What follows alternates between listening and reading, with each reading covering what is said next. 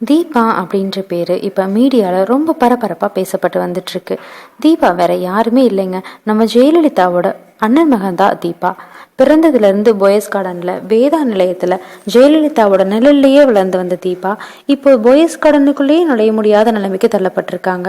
சொந்த அத்தை ஜெயலலிதா அவங்களோட மரணத்தில் கூட இருந்து அஞ்சலி செலுத்த முடியாத நிலைமை தான் அவங்களுக்கு ஏற்பட்டுச்சு. உடல்நிலை சரியில்லாமல் மருத்துவமனையில் இருந்தப்போ கூட ஜெயலலிதாவை பார்க்க போன போது அவங்கள விரட்டி அடிச்சாங்க. அவங்கள பக்கத்துலேயே அவங்கள நெருங்க விடலை. ஜெயலலிதாவோட மரணத்துக்கு பின்னரும் தீபாவை மீடியா பின்தொடர்ந்து போய்கிட்டே இருக்காங்க. அவங்ககிட்ட பல கேள்விகளை முன் வச்சு தந்தி டிவி கேள்விக்கு என்ன பதில் நிகழ்ச்சிக்காக பேட்டி எடுத்தாங்க.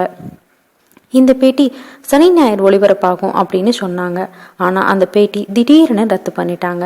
இந்த நிலையில இந்த பேட்டி திங்கட்கிழமை இரவு 9 மணிக்கும் இதோட மறு ஒளிபரப்பு செவ்வாய்க்கிழமை என்று பிற்பகல் 2 மணிக்கும் ஒளிபரப்பாகும்னு அறிவிச்சிருக்காங்க.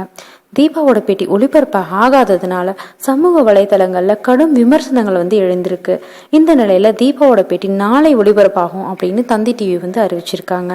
இந்த பேட்டியில போயஸ் தோட்டத்துல இருந்து இவங்க எப்படி வெளியேறினாங்க, இவங்களோட வளர்ப்பு மகனோட திருமணம் எப்படி நடந்துச்சு, இவங்க அரசியலுக்கு வருவாங்களா மாட்டாங்களா, இவங்களோட ஃபியூச்சர் என்ன அப்படின்ற எல்லாத்த பத்தின இன்ஃபர்மேஷனையும் இவங்க சொல்லியிருக்காங்கன்னு பரபரப்பா பேசப்பட்டு வருது.